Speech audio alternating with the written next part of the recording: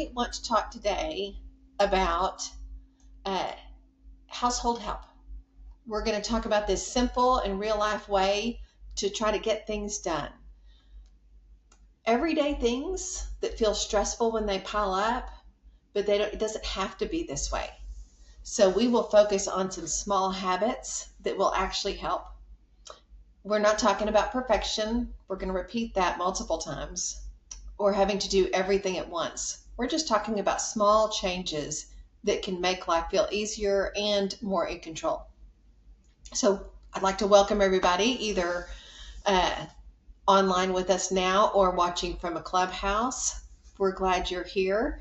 I'm available if you want to put a question in the chat, or if you want to respond to something, feel free to put that in the chat. If you're in the clubhouse, if you wanted to talk about something, you might just want to hit the pause button and get that done. So let's get started. Okay, so what exactly does running a household mean? This is really about keeping your home, your money, and your time all working together. It's not really about having a perfect house. In fact, it's not about that at all. It's about having a simple system to help life feel less stressful. We just want progress. We don't need perfection, just a little bit of progress. So think of your household like a small business. A business has a plan. It needs to pay bills. It has to keep things organized. And your home needs the same basic kind of plan. So there are three main parts that we're going to talk about. Everything is subjective. First is the home. This is cleaning, laundry, dishes, trash, everyday repairs. If these pile up, the home tends to feel chaotic and it's harder to rest. The second one is your money, paying bills on time, tracking what you spend, making sure you have what you need for the month. Money problems can cause the most stress. So we focus on the basics first. This would be housing, utilities, food, and transportation. And then the third is our time. This is keeping up with appointments, school, your work schedule, any errands that you have to get done, family that needs taken care of. When your time is not organized, people forget things, you miss deadlines, and you feel like you're always behind. Most households struggle at least in one of these areas. Some of us struggle in all of the areas, and that's normal. The goal is not to do everything at once. The goal is to build small routines that work even when life is busy. So today we're going to create a simple weekly plan. Just a few habits that will help you stay caught up, save money possibly, and feel more in control. Let's build a weekly home routine that actually works in your real life. Not a perfect routine, just a simple plan that keeps your home from getting out of control. Not perfection, realistic. So let's start with an important truth. If you wait until your home is a mess and then try to fix everything in one day, you will feel tired, stressed, and frustrated. I love this. Small effort done often. Everything done in one day is exhausting. The goal is to do a little bit often so problems don't pile up. And also so that routine becomes so ingrained that you don't really think anything about it. Let's take a few steps. Step 1. Choose one daily reset that takes about 10 minutes. This is a short, simple cleanup that you do most days of the week. It's not a deep clean. It's just enough to make your home feel calmer and make the next day easier to start. One of the things that I like to do is typically make sure my closet is picked up, because it is the first thing I see in the morning. And if it's a mess, it does cause me a little bit of stress. The other thing that could be a daily reset is getting the dishes or the kitchen counters cleared off. So we're going to talk a little bit more about that. So here are some other examples. Getting all of your trash into the trash can. If trash is laying about and everything is just put on the counters or on the floor, put it in the trash can. Like I mentioned, I like to get the dishes. I don't like to get them into the sink. I like to get them into the dishwasher. The sink is just, that means I just have to do one more thing. I either have to wash them or I have to get them into the dishwasher. So go ahead and throw all of that stuff in the dishwasher if you can. Or maybe it's just to clear one flat surface. Maybe it's your kitchen table or a kitchen counter. Maybe it's your the vanity in your bathroom. Just is one flat surface may make you feel a little bit better. Maybe your 10-minute reset is putting items away or into a pickup basket. A pickup basket's fine, but my pickup baskets tend to get overrun, and then I have to put everything away.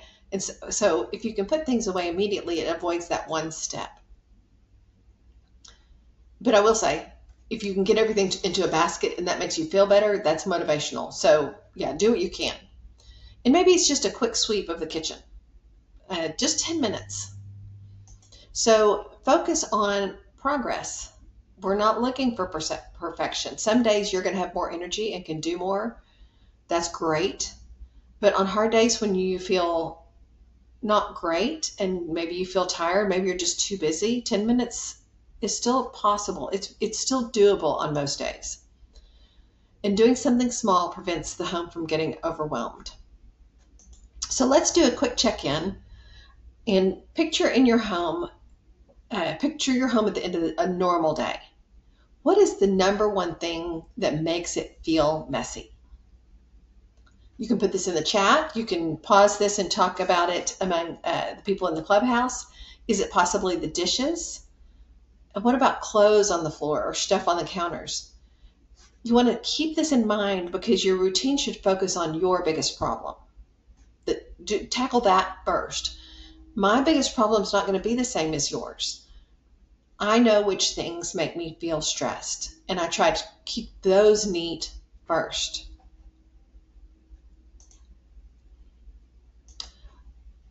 Step 2, pick one anchor time.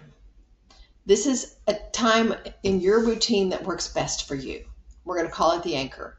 An anchor time helps your reset become a habit. And instead of something you have to remember or force yourself to do, you want to choose this around what fits your life and create the routine and the habit.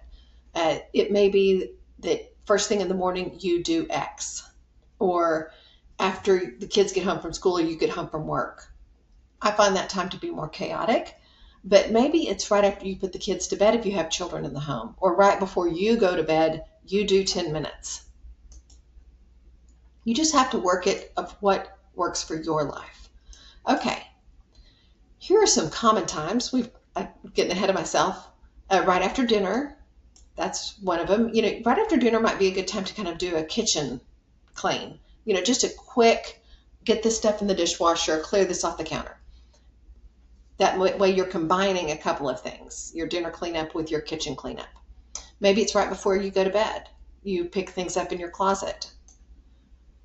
Like I said, right after work, maybe. It may be that right after work before things get really hectic. That may work best for you. This is your anchor time.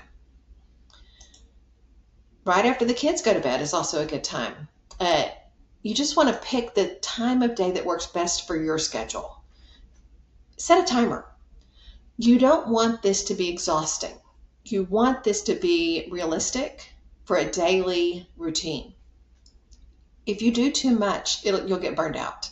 And so this is just a quick thing that helps you feel refreshed. Okay, now let's talk about weekly tasks. Now these are the things that keep the home clean enough. And so this is going to be like laundry and bathroom, floors, and kitchen cleanup. You want to try to do one main task each day if possible. So that way you spread the work out over time. That way the tasks feel smaller. So here's a sample plan. This doesn't have to be your plan. We're just throwing some things out there.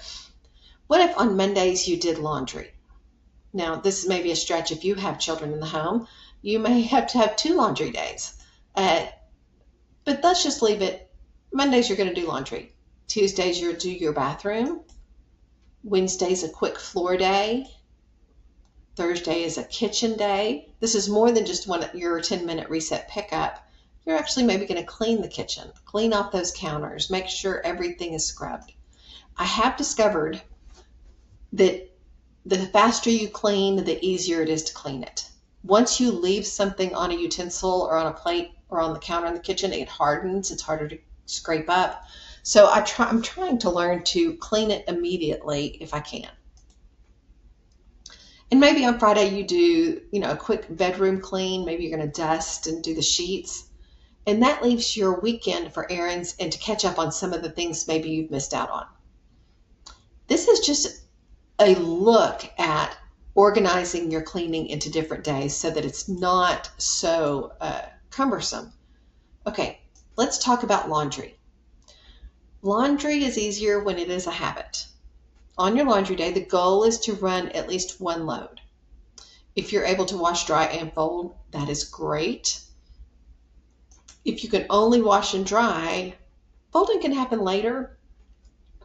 I do feel like the sooner you fold, the better, because if you leave everything in the laundry basket too long, you end up digging for clean clothes in the laundry basket, and that's a little chaotic in and of itself. It doesn't feel like the clothes are really clean. It feels like you're digging in the dirty clothes hamper. Try not to leave the clothes in bags. If you're sharing a laundry room or you have to go to the laundromat, you're going to pack up and go. It's helpful to not let those clean clothes sit in a bag for days. And so if you're hauling your laundry somewhere, get them out of a bag that may be, I don't know. I always think it could be damp if everything didn't get completely dry. You want to try to fold and hang things on the same day, if possible. You don't have to be perfect with that, but folding or hanging your clothes helps you feel very accomplished. It gives a sense of calm. When your closet is picked up, it does give a sense of calm. Okay, what do you do on a bathroom day? The bathroom cleaning does not need to take an hour. A quick bathroom clean can be done in about 15 minutes. So focus on wiping the sink and counter and cleaning the toilet. Give the mirror a quick wipe down, because all the gunk that's piles up there, you're going to feel better looking in that mirror when it's not littered with different debris. And then do a quick rinse of the tub or shower if it needs it. I like to rinse the tub and shower if I'm in it. As long as I'm not using the harsh chemicals, I can do a quick wipe down of the tub and shower while I'm there. And put any kind of dirty towels in the laundry. You just pick this up. If you need to change out the towels, I usually just wash my towels and hang them back up. I don't like to have a lot of extra towels around. And then on your floor day, this doesn't need to be perfect. They don't have to sparkle and shine. You just want to be clean enough to live in. So sweep or vacuum your high traffic areas like your kitchen, living room, and entry. If you mop, maybe you only need to do the kitchen. Keep it simple and realistic. What can you realistically accomplish? Because if you will do that, you will be able to grow in these habits and get better and maybe do more, because you will feel so good about having cleaned an area, and you'll notice how it affects your mental health. So kitchen day is about keeping the space functional, preventing odors. This is not a deep clean. Focus on throwing away old food, wiping down the counters, the stovetop, the sink. Clean out the sink. Make sure that all those dishes get either washed and put away or into the dishwasher.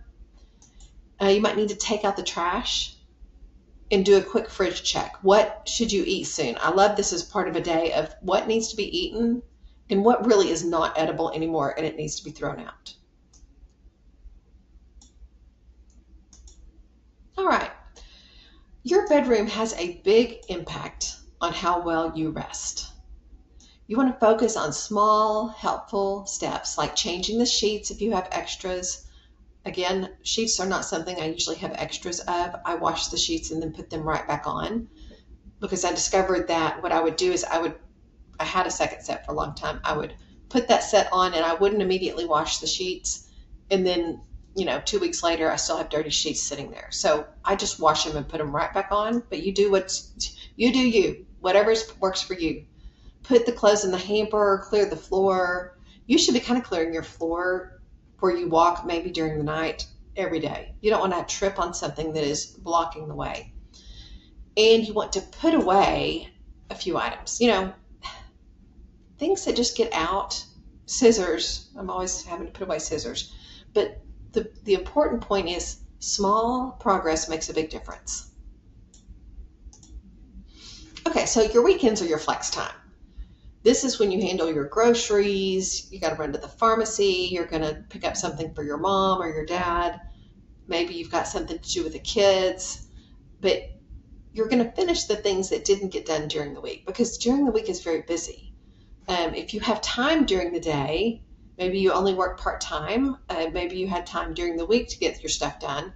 But the weekend is also when you rest. And so you want to make sure you take a little bit of time to enjoy not having the obligations of the weekdays. Maybe you're like, I don't even have time to think. Maybe it's just 15 to 20 minutes that you're going to sit quietly and meditate. Maybe you'll listen to some soothing music. You do want to try to get some kind of rest on the weekend. Extra sleep is great. I know that's not always realistic, but whatever you can do to make sure your weekend includes some rest. All right, step 4. You don't need expensive supplies. Keep it simple. Use simple tools. To run your house well, you don't need a lot of stuff. A multi-purpose cleaner is very valuable, but if you don't have that, clean with water. Maybe, you might be able to use a little bit of dish soap. Just when you're wiping a counter, yes, it'd be great to have something to spray on it. If you don't have that, don't worry, do it anyway. Use water and maybe a little bit of dish soap if you have that. You need some laundry soap, trash bags are helpful, a broom or a vacuum, whatever, and you may need both, but you don't have to spend a lot of money on that.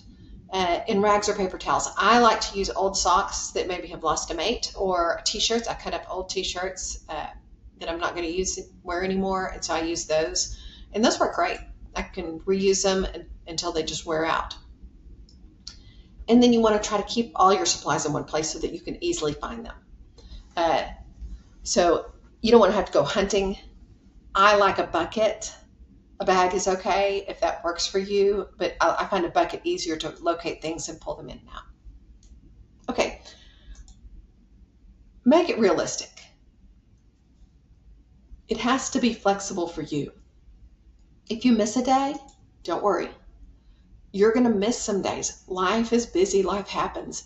Just restart the next day. The goal is not to be perfect every week. It's to be consistent.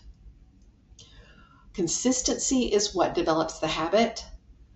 And that's how you will get things done when you're stressed or busy, is that you already have the habit and you just run through the house for 10 minutes and pick stuff up.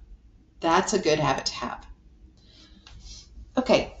Your minimum routine for hard weeks would be things like taking out the trash, wash the dishes or keep the sink clear.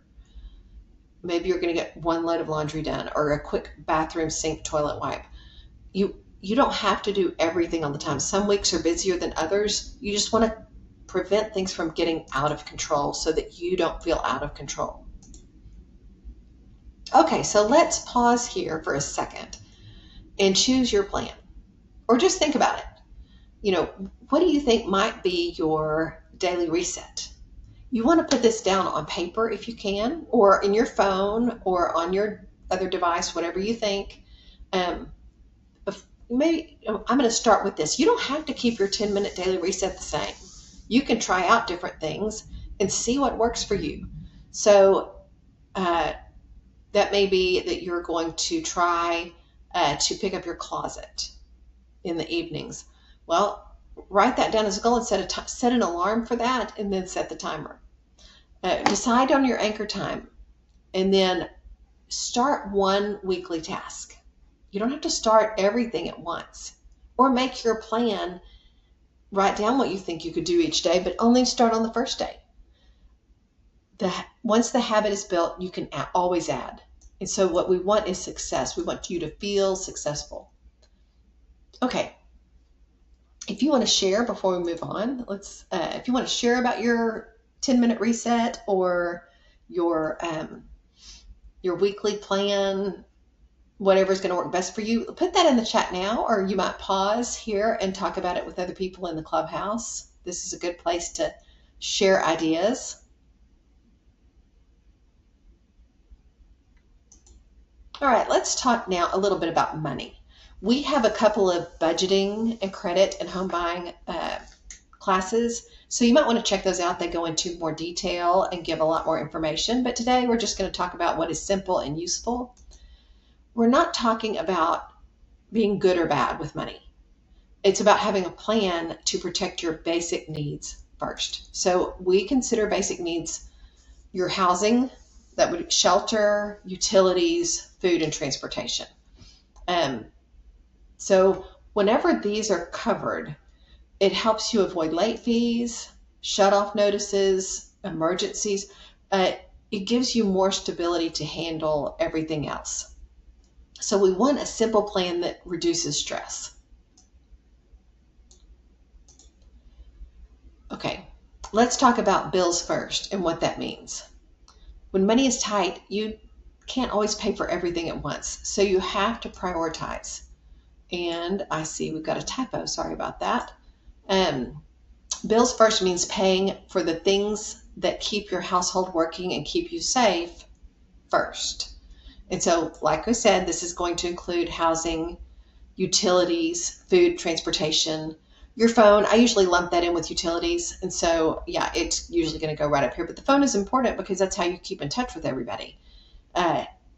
We used to, we didn't worry about having a phone with us while we went out. Well, if you're young, you've always known about a phone with you. But, when I was growing up, we didn't have a phone. The house had a phone, but we didn't need it with us. But nowadays, we kind of need that to be with us. And then you're going to pay your next level bills after that. This is after you cover your basic needs. So this next layer would be like minimum debt payments, insurance, and other costs that you have. So a lot of things would fall into that. You don't want to lose your housing, your utilities, or transportation, because that causes you the most harm and it's the hardest to recover from. So order matters when money is tight. So you want to pay the critical things first. Okay, make a bills list. A lot of money stress comes from not having clear information all in one place. So that's why we want to create a bills list so that you actually have something. It doesn't need to be fancy.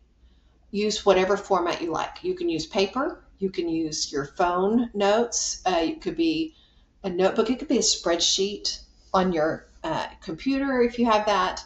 It doesn't matter where you keep it.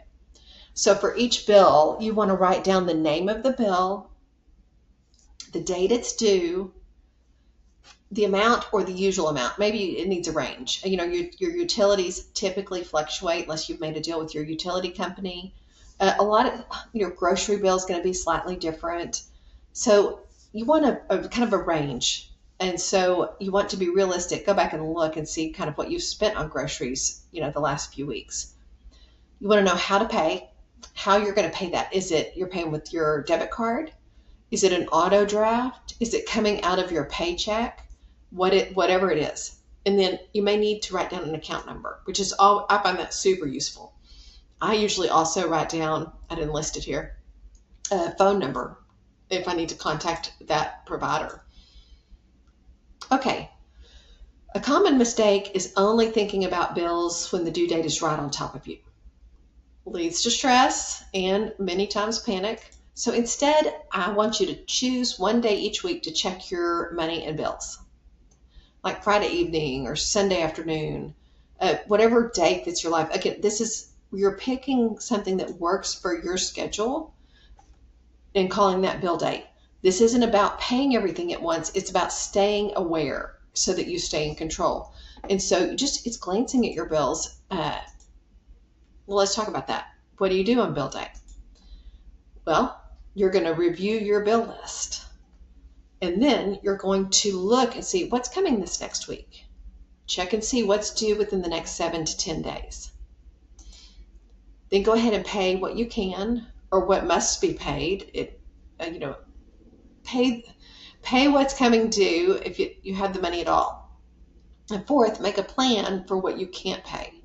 So even if you can't pay everything on bill day, you're just checking every week to see so that nothing really big sneaks up on you. All right, now let's talk about time management. And like I said, check out our budgeting classes and that kind of thing where we really spend some time on the budget. That might be helpful to you. So your time management is important.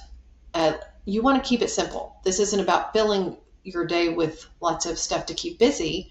It's about reducing stress and not forgetting that you have appointments and obligations. And so you'll need two tools. One is a calendar and one is a list. Keeping everything in one place helps your brain relax because it doesn't have to remember everything on its own. So let's look at this. Pick one calendar. If you keep information in too many places, that's how you miss stuff. That's how I miss stuff, miss appointments and due dates and school events. So the goal is to choose one main calendar. It could be digital, it could be paper, it could be a small planner that you carry with you. I'm going to contradict myself here. I do keep two calendars, but my main calendar is digital. It's on my phone. But I do like when I'm at home to see the paper calendar. And so I do try to make sure my paper calendar has everything on it because visually it just helps me to see a little bit bigger space. But I keep my phone as my main calendar because I can share it with my family. And so we all kind of know what's going on. And then I transfer some of that to paper when I'm home. And the other advantage is, you have your phone with you. And so you want to use what you will actually check, though. I've got friends that they won't check the calendar on the phone. And so it's not a good use for them. They carry a small planner, most of those who don't want to use their phone. So put everything on one calendar. This is your source of truth. Everything goes on there. So work shifts, doctor's appointments, school events, meetings that you have, bill due dates. This is great for bill due dates, for deadlines. If you're in a carpool, pick up and drop off times. Even if you're not, that may be something you want to put on there. If it matters, it goes on the calendar. Not, hey, I'm just going to remember this. You want to put it somewhere where you can see it, and if other people are involved, they can see it. So a helpful habit is adding appointments right away. Add it before you leave the office or hang up the phone. This one step can prevent missed appointments and a lot of stress later. I do this when I go to I went to the dentist yesterday. Immediately added my next appointment so that I had it in my calendar. Okay, the other thing is to set reminders. If you use your phone calendar, you can turn on those reminders so that you don't have to completely rely on your memory. I don't know about you, but I get busy with things. And then, yes, I looked at that calendar 45 minutes ago, but then I got busy and then missed the fact that I needed to leave the house. Many people do best with two reminders, one the day before and one, 1 or 2 hours before the event. This gives you time to plan, time to look at transportation issues, childcare, work, whatever. If you use a paper calendar, you can still set your phone alarms for important events. The goal is the same either way. You want less stress and fewer surprises.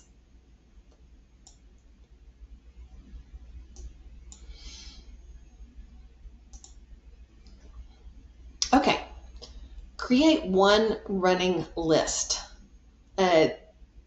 Your calendar is for things that have a specific date and time, but many daily tasks, they don't have a set time. They just need to be done. That's what your running list is for. This keeps tasks out of your head in one safe place. So you've got your to-do list. You might even put your 10-minute reset on here. It's something you could tick off every day. I love to check off things. It makes me feel good about my life. So you want to keep your tasks out of your head and in a safe place so that you can come back to them. One list, one place. The key to making this work is having just the one list. If you have 5 lists in different places and you've written stuff on a bunch of sticky notes, it is very difficult. I find it hard to find those. I'm like, where did that note go that I had wrote something on? Choose one spot that fits your life. I like on my phone. And sometimes, like if you work at your desk a lot, like maybe you're in school or you have a job where you're working on a computer, a lot of times a phone app might also be able to pull it up on your computer. So I can add things on my computer and they show up on my phone, which is great. When there's only one list and you know where it will be, it makes your tasks easier to remember, easier to get done. My dad keeps his list on the refrigerator. If he has a bill coming due that he needs to pay, he puts it on the refrigerator. He makes sure the refrigerator is not cluttered so that he's not confused, but that's where he keeps his general list. So that may work for you. Just don't have a ton of different lists because it's hard to find those. All right. Organize your list. 3 simple sections is what we're looking for. This keeps everything from being overwhelming. So you should have a today section, and it should only have 1 to 3 items on it. You want to keep this very attainable. You want to make sure you can get these things done. So in a this week list, important things, but not as urgent as getting them done today. And a calls and online list of things that you need to do either on the internet, so you need to be somewhere for that, or you could make a phone call. This helps your list be structured. If you have this list with you, if you got stuck somewhere, you maybe could make a couple of phone calls.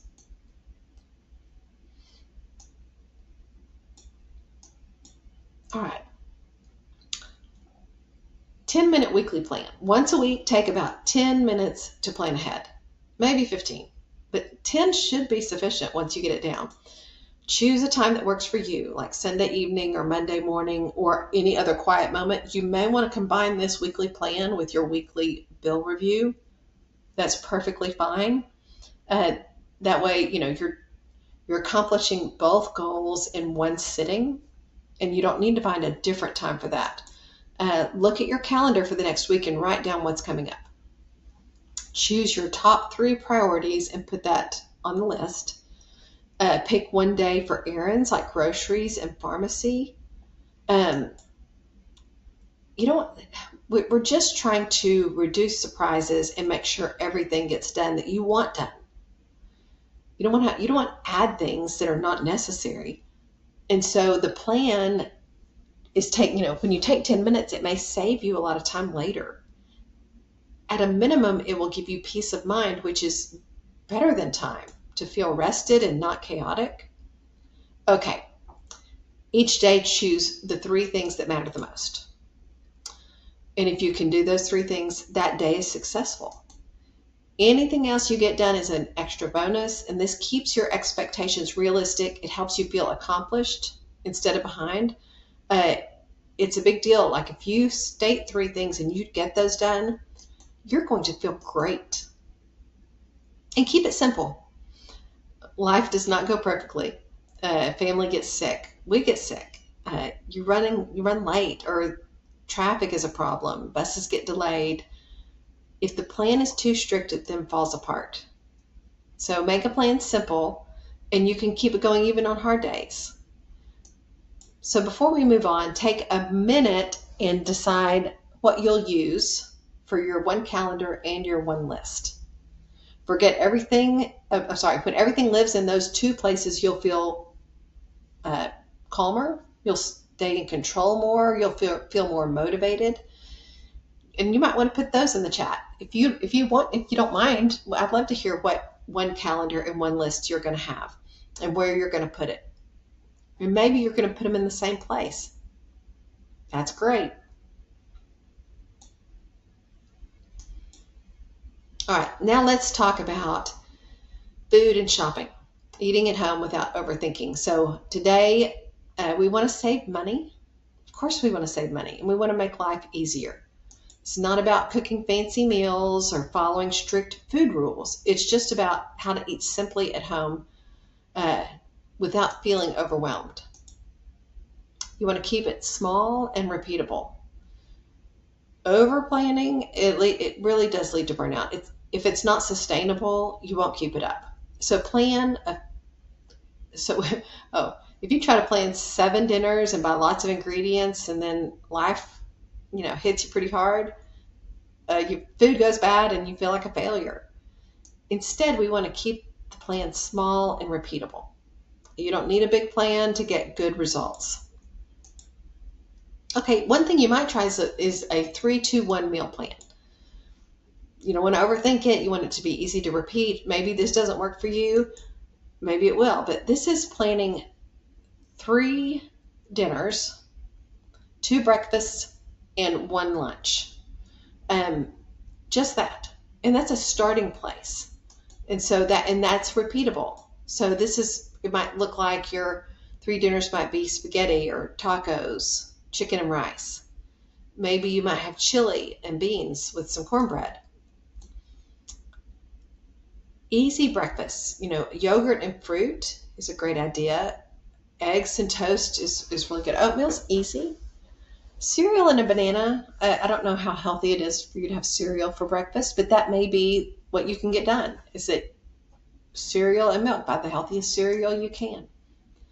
And maybe 1 lunch plan. And lunch because I like to use leftovers. A salad kit, yeah, maybe. Sandwiches are super easy. But maybe your 1 lunch plan is like you're just going to do that every day for lunch. And then maybe some backup meal plans. Sometimes you don't have the energy to cook. Sometimes you're running late at work and you don't have the time to cook. So your backup meals are quick, inexpensive options that you can make with little effort.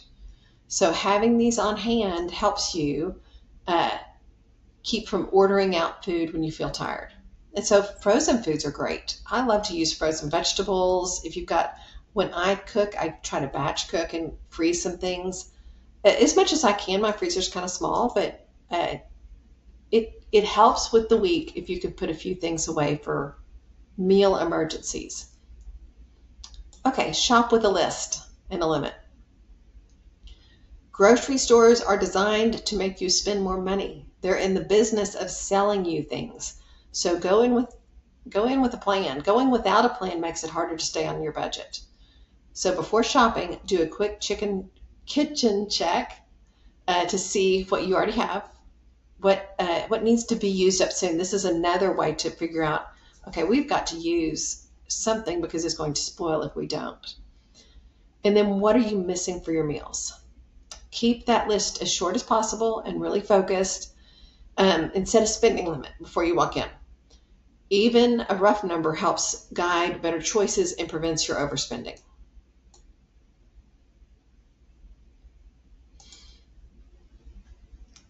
Okay, you don't need extreme rules to save money on groceries. Simple habits will add up over time. Just simple things. Store brands, affordable proteins, and frozen vegetables will help you cut costs without sacrificing your meals. Try not to shop hungry. That's really important. Try not to go down the candy aisle. Heaven's sakes. Use sales that happen. A lot of times we don't get coupons in the paper like we used to, but there may be deals on your phone. They may have a sale flyer in the store. Don't feel the pressure to chase every deal, but look and see what deals might be there that you really could use. Drinks are another really big cost. Water is the cheapest and best option you have. And so if you can break your soda habit, do. Adding a lemon or an occasional drink mix to water can give some variety. But yeah, buying up drinks is not the best way to save money. Okay, build you a starter pantry. I'm guessing you already have a starter pantry. I have one. It's always my goal when we have snow and ice is to eat down the pantry. But a pantry gives you options. It helps you cook when money is tight. And so um, you just need a few basics. It's things that you could make up a simple meal without needing a full grocery trip. Dry beans or canned beans, rice or pasta, uh, pasta sauce or peanut butter. Those are great ideas. I always love to keep eggs around because eggs I find are just easy to fix and really a great source of protein. So if you don't have like some staples in your pantry, you don't need to buy everything at once. Buy one or two items when you can and then build it up slowly. Take a moment and think about the next 7 days. Just try it. Try to choose 3 dinners, 2 breakfasts, and 1 lunch plan. Even include 2 backup meals if you can. Just all we're doing is trying to get your brain in the mode where, yes, I can plan this ahead. This will work because you'll spend less money with this. You will waste less food, and it's going to be easy to follow through. This isn't about making perfect meals or beautiful meals. It's about eating at home easier and more realistic. And the last item, let's talk about your papers and important documents. Papers and important documents. A lot of that is always all paper. This is not an exciting thing, but you can save a lot of stress if you know where to find things. When you can quickly find what you need, it's easier to handle problems, apply for help, improve payments or appointments. And so, yes, how you keep and file your documents is really, really important. So choose one safe paper spot for all of your important papers. This could be a small box. It might be a drawer.